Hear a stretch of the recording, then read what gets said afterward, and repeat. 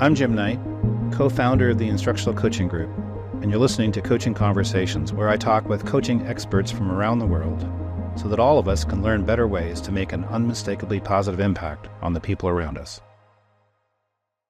I'm grateful for the chance to talk to Mr. Frederick Browne, who's the CEO and president of Learning Forward, and I consider him a friend. We've had lots of interactions, mostly they're for about 5 seconds at the Learning Forward conferences. Fred pops into my session or I see him as we pass by, and when he's probably the busiest he is in his year. But I'm grateful to have you here. I really want to talk about coaching and learning forward. And we're not just talking to coaches in our content. There's a lot of educational leaders, but I want to make sure people understand what learning forward means. But I wanted to tell you my little history, if you don't mind, with learning forward first. So I studied with Michael Fullen at the University of Toronto, and I didn't do too much with him, but he was definitely critical in my life.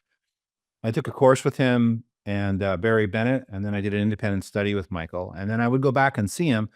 Now, Michael's so smart, I had to tape record the conversations and then slow down the tape and listen to it. Literally, that's what I would do. I'd go back. I believe it.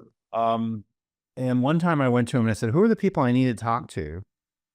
And he listed off 3 or 4 people. One of them was Stephanie Hirsch. Now, at that time, Stephanie was the assistant to, she wasn't the president CEO. She was the vice president, I suppose, of Learning Forward. Yeah, she was the deputy executive director to Dennis Sparks. That's right. So Dennis Sparks was so I went to see her, and she graciously invited me to her home. We had this conversation, and that would have been about 1998, I think. And so then my first Learning Forward was the one in New Orleans in the 90s, at any rate, 98, 99. And I think I've been to every one since then. And I've tried to participate in lots of local, I've done a lot of work with the one in Lawrence. So I feel like I'm Learning Forward's biggest fan. So I'm grateful to have you here. So it's wonderful. Well, it's a mutual love. Wow, thanks. Could you tell us a bit about Learning Forward? I want to hear about your history, but I'd sort of like to position it first by talking about Learning Forward's history. What can you share about how this organization came to be and who they are? Yeah, so, we just celebrated our 50th anniversary in Wow. 2019 as an organization. And like so many organizations that started back then, it was done in basements and garages, Mhm. bedrooms. This is kind of where the action was. But it started with a group of folks who were interested in, and these people had professional development or staff development in their titles. They were most often at the district level. And they were folks who were like, there's no organization out there that supports the work that we do. And their work is unique because it's supporting adult learning, either at the system level or at the school level. So a group of those folks came together and said, we want something that supports our work. And that was the beginning of the National Staff Development Council, or NSDC, as it was affectionately called, until 2011.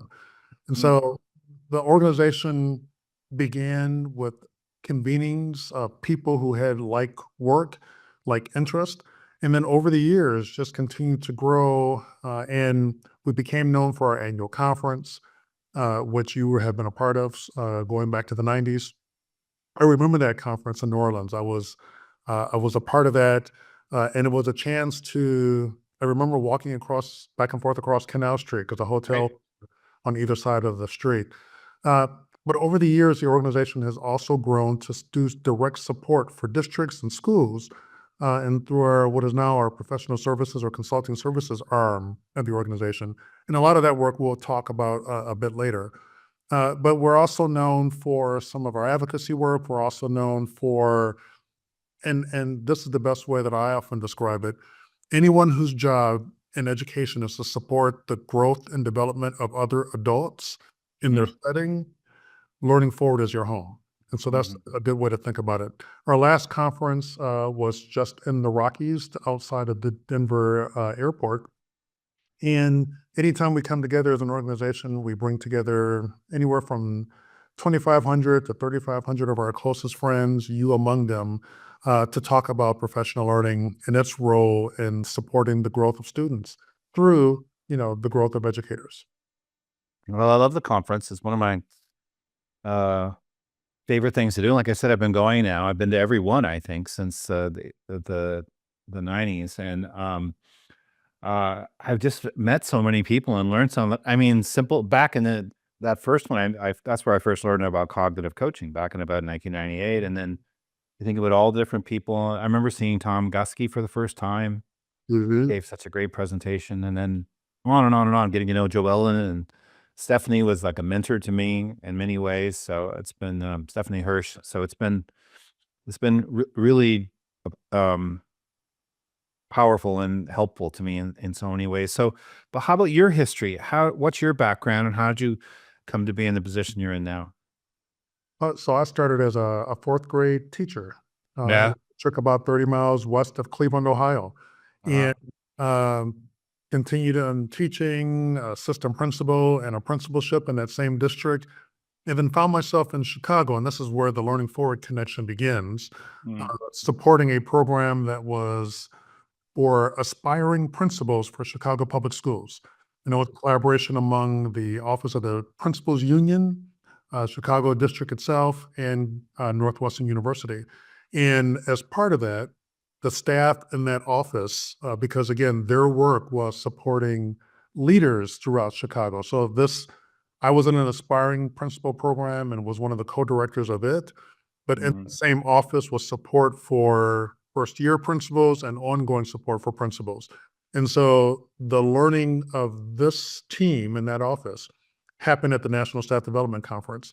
I often joke that the first week that I was there, just brand new to the job, everyone in the office went to NSDC conference. Ironically, it was in Denver, and left me in the office alone. I was just like, okay, where do I start? What do I do? But they were all learning at the NSDC conference.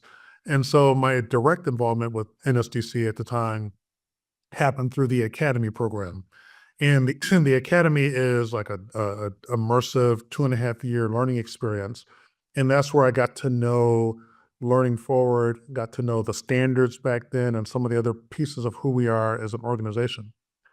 I left that work and became a senior program officer at the Wallace Foundation in New York. Right. And one of the what I, as part of my negotiation coming into that work, was letting them know it was really important for me to continue my Learning Forward involvement. Mm. At that time, I was serving as a coach with Joel and talk about our mentors. With Joel and Killian, we were doing some work supporting an academy that was based in Philadelphia. And I asked my new colleagues at Wallace, please let me finish that work. It's really important to me. And so the relationship with Learning Forward continued through my time at Wallace. And S- Stephanie Hirsch had offered me an opportunity to consider coming to Learning Forward before I moved into the Wallace position. I said, no, thank you so much. What a wonderful opportunity that would have been. 3 years later, the ask came again. And as you know, with Stephanie, you can say no once, but you don't want to necessarily say it too many times. And I took her up on the offer to come and join Learning Forward. Then, as Director of Strategy and Development was the title, and eventually became her deputy. And then now in the role as President and CEO of Learning Forward. And just a little bit more about our history. We've only had 4 executive leaders in the organization in those 50 years. Mhm. Dennis, that we mentioned, and then Stephanie, of course, Mhm. then Denise, and then myself coming in, Denise Borders, and then Mm. myself as the 4 executive leaders of the organization. And part of that is all of the leadership so committed to the work, so committed to our mission and vision that we just stay in. The same with staff. Mm. So that's a bit of how I ended up here, and it's been a fun journey. I'll have to say it's something that, because as you know, when you're doing this work, at the end of the day, kids benefit, and you can draw the dots between what you're doing and the benefits that kids will have as a result. And that's something that has kept me, and I know my predecessors in this position for so long. Mm. Well, that's very cool, and it is interesting that the organization. I remember Dennis a long, long time ago when I first heard about Learning Forward. So, as I think about Learning Forward, is it fair to say there's kind of three things? One thing would be publications, Mhm. One area would be professional development and all of its manifestations, and one area would be advocacy. Am I missing something important there, do you think? Well, it's so hard to Yeah. to get it down to 3, but I think you captured a big piece of it. So, and then the professional learning part takes on so many different forms, right? It's through our conferences, through our direct supported districts. So yeah, that would be a fair assessment. So maybe say a bit about the publications, because Learning Forward publishes books, but it publishes journals, and there's all kinds of publications that come out of Learning Forward. Yeah, absolutely. So a lot of because the organization is structured in a way that we want to give people the tools and the resources that they need to get the work done.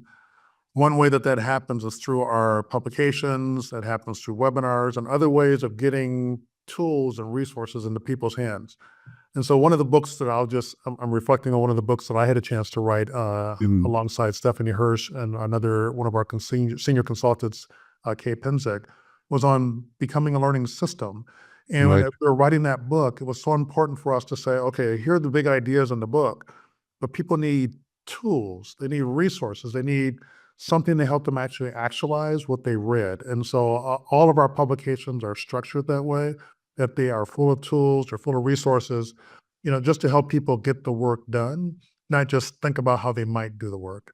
Mhm. So yes, there's books, there are the journal, our blog, the other white papers that are produced, all of it done in a way to help people get answers to the problems that they're facing, and then give them the tools to get the work done. Mm. Yeah, I think I might have written the foreword for that book, or at Well, least endorsed it. I could be wrong, but I think either we're- I either endorsed it or wrote the foreword. So because I there's remember the part of book. me now that wants to go run up and get it and bring it back to the question, but we'll look at that later.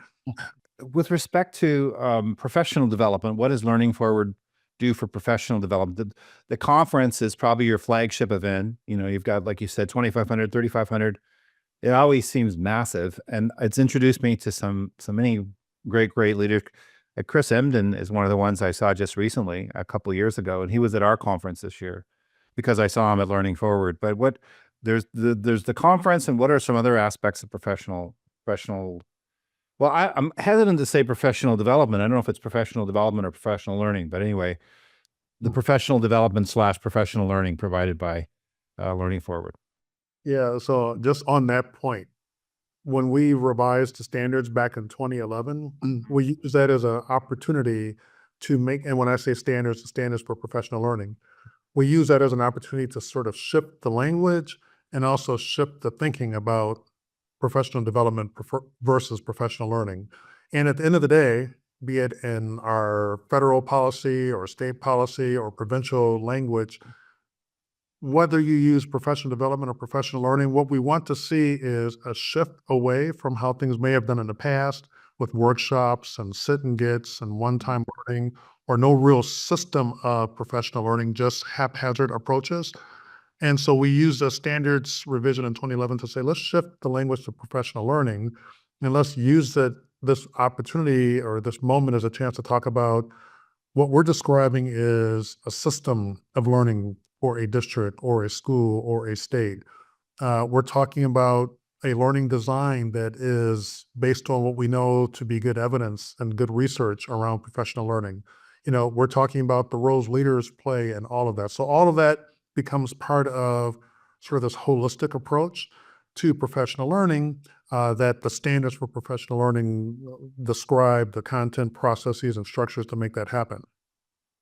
But I would say for us, the professional development work that we do and the professional learning work that we now say we do is very comprehensive. It can occur at the state level. So we're doing some great work in Maryland right now, working with just districts and schools, both in the state, around professional learning systems. We're doing a lot of work in that same state around curriculum-based professional learning, and that whole focus on using the curriculum to advance and have teachers engage in the curriculum in the same way that the students will as part of that professional learning. So that can happen in that way. And the professional and consulting services arm of the organization leads a lot of that work. We might also work with a district itself. And so there's a lot of work happening in several districts in Georgia, and districts across the country and in Canada and in places beyond North America, to actually advance district level professional learning. It also happens, as you said, at the conference. So the conference becomes a place where everyone can come together, but the sessions for the conference are for our Learning Forward conference are carefully chosen because we want to make sure that there's evidence of impact on both educators and students, that there's research to back the ideas that are being presented. And so that's the case with our concurrent sessions as well as our keynotes and thought leaders, et cetera. So that's another place that professional learning happens. And then I'll say that there are times when we've been approached by countries to help us or help them think through their professional learning systems as well. A lot of ministries of education want to make sure that their professional learning is actually having an impact, and we're making a difference on behalf of leaders and teachers and students. So that's something that we would do as well as part of that professional learning support. I think I actually sat on the conference planning committee for a few years, so I don't know Mm. what the time period is you do that, but I was on it for the time period. And one of the things that struck me is you're very um, keen to involve practitioners talking about what they're learning along the way. It's not a bunch of people selling products. It's really a chance to give practitioners an opportunity to speak up. Such a good point. And, even so, when you look across all of the sessions at the conference, I would say 90+% of them will have practitioners speaking. There might be a few that are like third party organizations or consulting organizations or companies. But for the most part, it's practitioners. And even when we do have those companies that come in to speak about their work, we ask them to bring practitioners. So yes, that's people come to the conference because they want to hear from people who do their work, or in a context that's similar to theirs, because it just brings an authentic voice and message to the work, and that's what a lot of those folks are seeking. So here's my way of distinguishing between professional development and professional learning, and I want to see what you think about this. And then I'd like to turn more to the standards. But um, professional development, I use that term for activities. Hmm. So it could be a workshop is professional development, coaching is professional development, a PLC is professional development. There are all these different professional development things you go to or you experience. And then professional learning, as I define it, is what should be happening during that professional development. Professional learning is where a change happens inside the professional. So my definition, which I think is Dennis Sparks' definition, but he's not here, so we can't verify it. But professional development is what you do, and professional learning, if the professional development is effective, professional learning is the outcome that comes from it. That's how I've distinguished between the two terms. But I'm ready Okay. to be corrected right now. I don't know if I'm on track or Well, not. so what I'll say is, I mean, first of all, correcting Jim Knight. Come on, like who? Did, Hey, but it's what I, you're the ones right, learning forward is who started the. I'm sure. I remember Stephanie bringing it up, Stephanie Hirsch, that you're talking about the term professional learning. So I first heard of learning forward anyway. I'll put it that way. well, and I will say that so we don't make that same distinction in the way that you did in terms of Right. inputs and outcomes. Some of what you described as professional development, we would call professional learning. Uh, Hmm. what I think we're in agreement is we had this notion that professional development is something that's done to you, uh, and it became somewhat of a negative connotation attached to it as we started to make that transition in language, because things are being done to you. You're engaged in learning that someone else feels you should have. You don't have ownership of some of that learning. So there's some sort of in the nuances alignment to what you're saying. But for us, it was professional learning becomes you have more of a lead, or I'm sorry, more ownership of your own learning. Right. That learning is aligned to this broader system of learning, that Mm. standards create that picture and the foundation and describe it nicely. And when we suggested the language and really took a lead in the ESSA definition, in the U.S. federal definition of professional development, We didn't pick the battle to say it must be termed professional learning. Right. At the end of the day, as I said earlier, what was more important to us was that the activities, that the learning systems that were put into place, that the professional learning communities that were created, that they're what it felt like from the educator's point of view was more aligned to what we were describing versus what they called it. Mm, very interesting. Well, what's happening, I think, is the terms have become synonymous. People talk Right. about professional learning and professional development, and that may not be a good thing, but that's kind of the nomenclature out there, I think. Right. But the good thing is, very few people, there's still some that are using the term staff development. Yeah, But or training. or training, exactly. So we've made some headway, but there's still a bit of a ways to go. And I think Mm. part of that headway we might make is for groups like us to come together and say, okay, well, let's come to agreement on the distinctions. And so that's something I'll put out there as something we might explore. Well, one of the things you've done, just in terms of clarity and focus, is the idea of the standards. Could you tell us about the standards, and then how coaches might be able to use those standards in their work?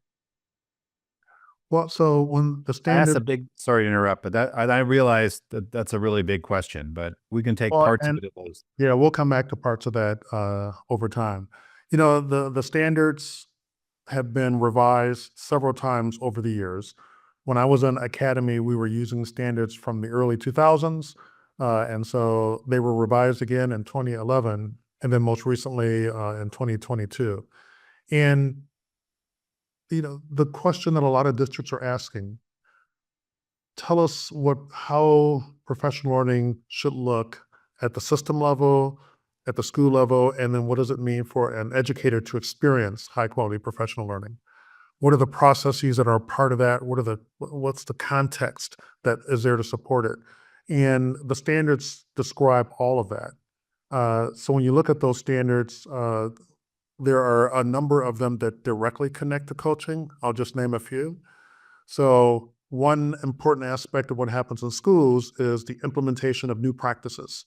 Mm. There is an implementation standard, and it describes what does it take to take an idea or learning into scaled and sustained practice. And so there's coaching becomes a part of that because what we know in order to advance, a way of doing things, a new way of acting in your practice, you need support. And having someone help you think that through, having someone ask you the right questions in the moment, someone to observe your practice, that's all part of implementation. So that becomes one direct connection between coaching and the standards. Another one is learning design. So that's a standard. And we might argue that coaching is an example of a learning design, Mhm. just like sitting in a workshop is an example of a learning design, although one that we wouldn't advocate for too often. But coaching is a design of learning. And so that's another way that the standards and coaching intersect. Leadership becomes a third. Leaders at the school level have to create the right conditions for coaches to be able to do their work. So, one example of that, and we had an article written in our Learning Professional once, there are times when the coach has on her or his job description other duties as assigned. You know how that works. And if there's a teacher out, or if there is a situation in the school that needs someone, an adult, to manage it, sometimes the principal will say, Coach, go take care of fill in the blank. And so the leadership standard talks about how leaders at the school level have a clear sense of effective professional learning and how important it is for coaches to be doing the work that they were meant to do, which is to support teaching and learning. And so, an effective leader, unless an emergency, wouldn't immediately jump to assigning a coach to something else as other duties as assigned. So, that's another way the standards intersect. And then the last one I'll pick as a standard is professional expertise. All of us in education, we're constantly trying to be in our own cycles of continuous improvement to improve our craft, to get better at the work that we do. And coaching makes and creates the conditions to allow that to happen. And so the professional expertise standard speaks to how educators, how important it is for them to be up on their craft, to be paying attention to the latest research and evidence in their area of expertise, and then how coaching can help support that. Those are 4 of the 11 standards. But what I'm trying to get at is the standards create this holistic approach to professional learning, and they intersect and play off each other in ways that bring this holistic level of support for the individuals and for those at the system and building levels. Mm. And the standards, it should be said, they're not just something that Joellen Killian wrote on a napkin at DFW. They're things that were rigorously developed, and then she's vetted them through bringing together experts around the country, if I'm not mistaken, or people from around the country to review and refine, and they're grounded in expert practice across the country. Is that how it's been done? So I will take that one step further. Across Yeah, the world, where there were right. folks who came in to support the standards development, and the research that was done by AIR, American Institute for Research, on those standards basically showed strong evidence that practices aligned to each one of those standards showed significant improvement in teacher practice as well as student results. And that's something that we can make available when this gets released. Just that AIR research, because again, it just made the point. This is not something that, as you were saying earlier, someone wrote down on a napkin, but over oh gosh, I want to say there were dozens of individuals and organizations who came together to vet the research, to get the wording right for those standards. And when they were released this time, which was slightly different than it was in the past, there was a very clear effort to make sure that there were tools and resources to support their implementation right away. Because in the past, it's like the standards were released and there was great fanfare and celebration. And then later came the resources and the support tools, and people were asking for those things right away. So we wanted to make sure that they were all released at the same time this time around. So I was thinking about this today. I think I'm going to make this statement, which may or may not be true, but in 2000 and it's either 2003 or 2004, I gave a presentation on instructional coaching at Learning Forward. Then it was the National Staff Development Council, NSDC. And I think it was the first time that term was used. And if you looked at the first time it was used at a Learning Forward conference, and if you looked at the conferences back then, there might have been 3 or 4 presentations on coaching, if that, and one of them would have been cognitive coaching. And I would have done the only ones on instructional coaching. Mm. And now if you look, in fact, I really, at one point, I wish I'd kept track of all of the manuals. I tried to pull them up once just to watch the growth and interest in coaching but now if you looked at the program for the national conference, I bet you maybe as much as 50% or more of the presentations are around some aspect of coaching, and lots of them on instructional coaching. And in many ways, Learning Forward's become a coaching organization. It's much more than that, but it's certainly a home for coaches. So, how can tell me about how you see Learning Forward and coaching fitting together? What's that relationship look like? Mm. Well, there's a lot to talk about there. So Right. I'll offer some examples. Um, so first, we talked about the standards. And one thing that I would love to see more districts do is take this holistic approach to professional learning to really think through like their professional learning system so that they can see how coaching fits in that work or in that system. And so we've done a lot of work supporting large urban districts, rural districts, and all those districts and sizes in between about a professional learning systems approach. And so, what that usually involves is we have one of our tools called our Standards Assessment Inventory, which is a quick uh, survey that one teachers at the building level and others at the building level can take just to paint a picture of how the practices and structures and processes in a school are aligning to the standards. And once you get those data, you might start to see like, wow, we've got some real challenges when it comes to implementation. And so we really need some support around implementation. And that support could be the development of a coaching system or a coaching approach.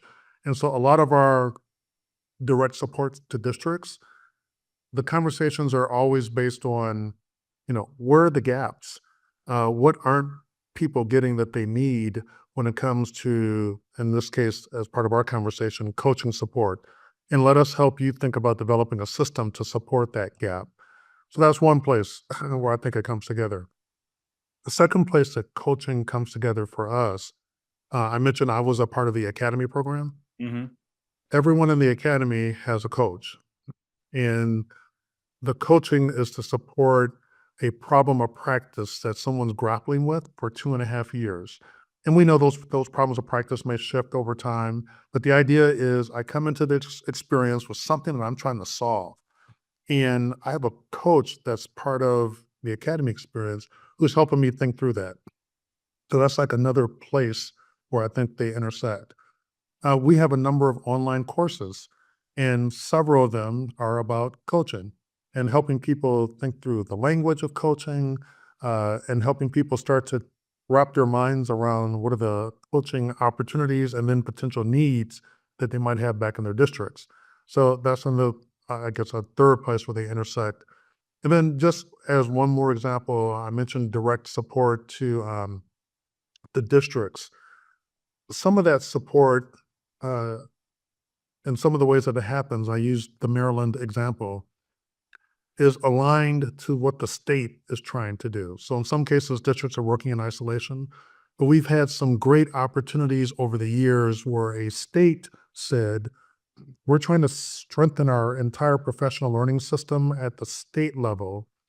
We're trying to incentivize districts to do the right thing when it comes to their professional learning at the district level. And some of that can happen for example, when it comes to relicensure or recertification.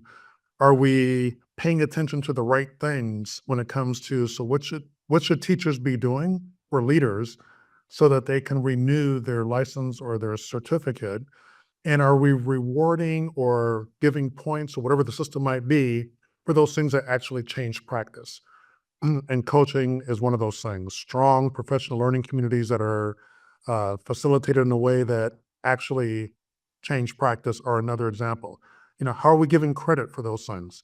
And so we'll help a state think through that. And then oftentimes when the opportunity is there, do that in partnership with districts so that there's this clear alignment. We had that opportunity under Joe Ellen's leadership in Kentucky, back in 2011, 2012, because the state, through a grant that we received from the Sandler Foundation, was thinking holistically like that. And the stars aligned, and we were able to do that at the state, district, and school level. So those are a couple examples of how that work might play out. I'm deeply grateful for Learning Forward. I wouldn't be who I am if it wasn't for the people I've learned from the organization itself, Joelle and Stephanie, you, Dennis before them. I didn't know the other director as well. The conference has been invaluable. The people I've learned at the conference, it's led, in fact, a lot of the work we do around questioning. I interviewed all the different people I could find at Learning Forward. So I was talking to Steve Barkley, I was talking to Lucy West, and interviewed all these different people. Our questioning was shaped by at a conference. So I'm super grateful for everything Learning Forward's meant in terms of our goal. Our little catchphrase is excellent instruction every day in every class for every student everywhere. And you're helping us move towards that vision without a question. Is there anything else you'd like to add that we haven't discussed that you think is important, Fred? Well, we talked very briefly about the advocacy role. And, that's something that as an organization, mainly, so when we talk about advocacy, we talk about it at multiple levels. So one, for us in the US at the federal level, advocating for federal support for professional learning dollars or dollars to support professional learning through what we call our Title II program, our 2A, also Title I, and helping legislators, helping those folks who control the purse strings understand the importance of professional learning, bringing examples to them of the impact that professional learning has had becomes part of that role that we play in advocacy. But we also talk about advocacy at the local level. And for us, it's so important that teachers, principals, those who are engaged in facilitating professional learning or who are in any way a part of a professional learning that's being done to support their practice really understand effective professional learning so that they can advocate for the kind of professional learning that really makes a difference. We've seen, and I've been a part of, not so good professional learning, or Mhm. I would now call it professional development or staff development. And it's hard for them to ever advocate for something because that's all that they've experienced has not been helpful. And so that advocacy work and helping people share evidence and good practice at the local level becomes just as important for us as well. So, I will end by saying, as an organization, we're going to continue to do the great work around professional learning, but we're also going to work just as hard to build the capacity of others to both do the work and advocate for it. And so if people want to learn more about Learning Forward, it's learningforward.org, learningforward.com. Yeah, .org. learningforward.org. Yeah. And there's a abundance of tools you can download just by going to the website. And I think you just released registration for the next national conference. I think it just came out. Yes, it's hard to believe that, but yes, our conferences are planned quite far out in advance. So we hope to see a lot of folks in Boston for this year's annual conference there. I'm pretty sure I'll be there. So All right. Well, we can't break the streak, so we'll look forward to seeing you I there. can't break the streak. That's right. Thank you so much, Fred. Very grateful for your conversation. I'm grateful for the partnership, and I'm sure those who haven't partnered with Learning Forward have got a lot to learn by partnering. So I hope this will spread the word. All right. Well, appreciate it and look forward to seeing you soon.